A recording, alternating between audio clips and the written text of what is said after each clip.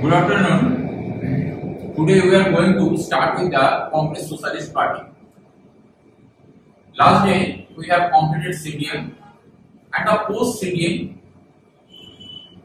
incidents. There we have discussed two things. One was your communal award. Second one, in retaliation to the communal award, the Pune Pact. We have discussed from all the aspects there. So here, without losing time, we should directly dive into the Congress Socialist Party. Already we have done the homework for this particular thing when last day we were ending our process.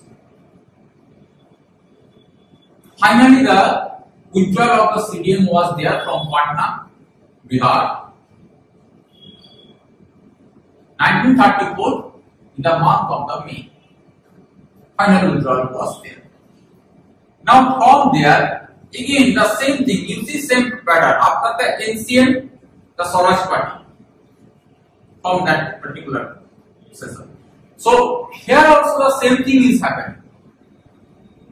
From the withdrawal of the CDM, May 1934, Congress Socialist Party is taking part. At the time of, I hope everybody you are recalling it, or easily you can recall that time what we have said, that at the time of Swaraj Party, that time I have mentioned that Swaraj Party was outside Congress, but this Congress Socialist Party was within the Congress. First we try to clear this particular idea. Swaraj Party, by breaking from the Congress, the Swaraj Party has taken part. But this one was within the Congress. So to address the socialistic thinkings and the socialistic demands within the Congress, one platform has been created.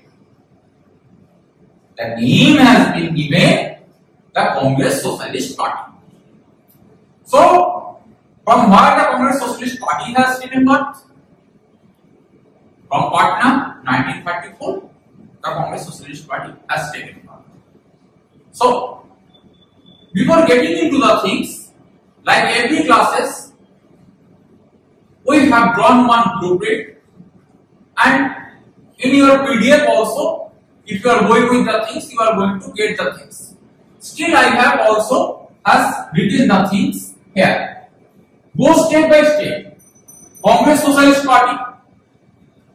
First Patna, May 1934, already clear in front of you. That means the inception of the Congress Socialist Party has taken from Patna in the year May 1934. From Patna, the civil disobedience movement has been get put down. Easy to recall this thing. Then the second thing, the second session is taking place in Bombay, October 1934. So these two sessions. So here I have written 1, 2 in the blue.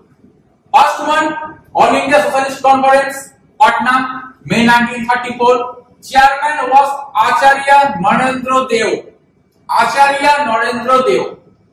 Leaders were Sampurnanand and Jayaprakash Narayan. Now, about this Jayaprakash Narayan later I am coming. I have told you when I was going with your Gandhi Champaran Satyagraha, still I will come back again. And the second conference, Bombay, 1934. Chairman was Sampurnanand. Leaders were Jayaprakash Narayan, Abdul Bari, P.M.R. Masani, Purushottam Das, Achyut Padavardhan, Kamaladevi Chatterjee, T.K. Pillai. So these are the name of the leaders. From this point of view also you can take this thing. They ask the name of the chairman of the first conference, second conference. Previously in the prelim has asked this question in the statement like manner. It is easy to recall. You see the first one, Acharya Narendra Dev. Acharya Narendra Dev. Leaders Sampurnanand, Jayaprakash Narayan. You are getting from the first conference. Second conference, what you are getting? That the Sampurnanand was second in the rank. In this way, particularly I have written So Sampunanand, in the absence of Azharji Narendra Deo, obviously the second person will become the first person. So the chairman is Sampunanand. Now Jayaprakash Narayan, automatic the same name, and now you are adding the name Abdul Bari, Eman Masani, Purushottam Das, Achit Padavardhan, Kamaladevi Chatterjee, P.K. Pillai. Again I am saying, from the UPSC point of view, I have written the name of the pupil. For this particular thing, or this Congress Socialist Party, UPSC only asked 3 questions. I am coming later from this particular chapter. They have the patent of 3 questions. I am going to unfold everything in front of you. Right now, for this you do not have to read any kind of the reference book. Only 3 questions UPSC asks and UPSC from time to time hover around that. So that I am coming later. Now the thing is there. So that is the first conference and the second conference. Why the third conference has not been taken place? Because it was within the Congress. Please try to understand. Right now, to give the address to the socialistic aspiration, this party has been get on within the Congress again and again. I am saying. Now, origin of the inception. That means the Congress Socialist Party that has taken birth. The origin of inception. You see. I am coming to the discussion in broad manner. 1920s, communist influence, 1000 times in the class, this particular things again and again coming in our mind. Within the discussion it is coming that from 1920s, in 1920, again I am making you record, 1920 Tashkent, the CPI has been get formed, established, 1925 in India, in Kanpur. I hope you are getting a record. Right now everything. So from the 1920 and how these people have started to grab the India, that is the population that used to live in poverty. We have spent a lot of time, so we are not losing the time here. So from the 1920s, the communistic influence was totally binding the India into one communistic ideology. So the ideas later on, though late, but it's better than never. So the thing was there, they realized that we have to address these people also, the concern of these people also. And Gandhi from the first day, Gandhi was the man, I have discussed in the class that who for the first time has brought one kind of the special attributes in the Indian freedom struggle movement. That is the obviously leadership plays the role. That was the Gandhi's word. But the mass participation is the success mantra for one successful completion of the movement. So we have to integrate the mass. So later on, the practice has been started and the socialistic thinking has started to get into the Congress domain also. And along with that, try to imagine about the world affairs at that time, prevalent time. The world affairs. That means when the party is getting formed, 1934. That means world by that time has went with the one world war. Communistic thinking has started to rot. I have discussed the dominion theory. That means what? If one particular country is getting prior to the communism, the rest is just awaiting. The next is just awaiting. In this way, the communistic idea is going to make all the world into one single unit. So the communists has started to play the big role all over the world. The world has started to go in the things, and you see the Second World War after that. So that was the time, and obviously that fire also has entered into India. The younger people now has started to take the participation there. So these people also have started to realize that this kind of the influence, to address this kind of the influence is mandatory for the successful movement of the Indian freedom struggle movement. So this is the thing. So I have written here within INC, socialist blending of mind, national revolution as a precondition of social change. That means you need one revolution, right? Now, finally, the socialistic idea has been reached to the highest point within the Congress. highest appreciation in the Phaispur session 1936. It also has been get called, this Phaispur session also has been get called as the Awadhi session. As the Awadhi session. In the 1936, in the month of December, this has happened. J.N. Nehru was the president. J.N. Nehru was the president.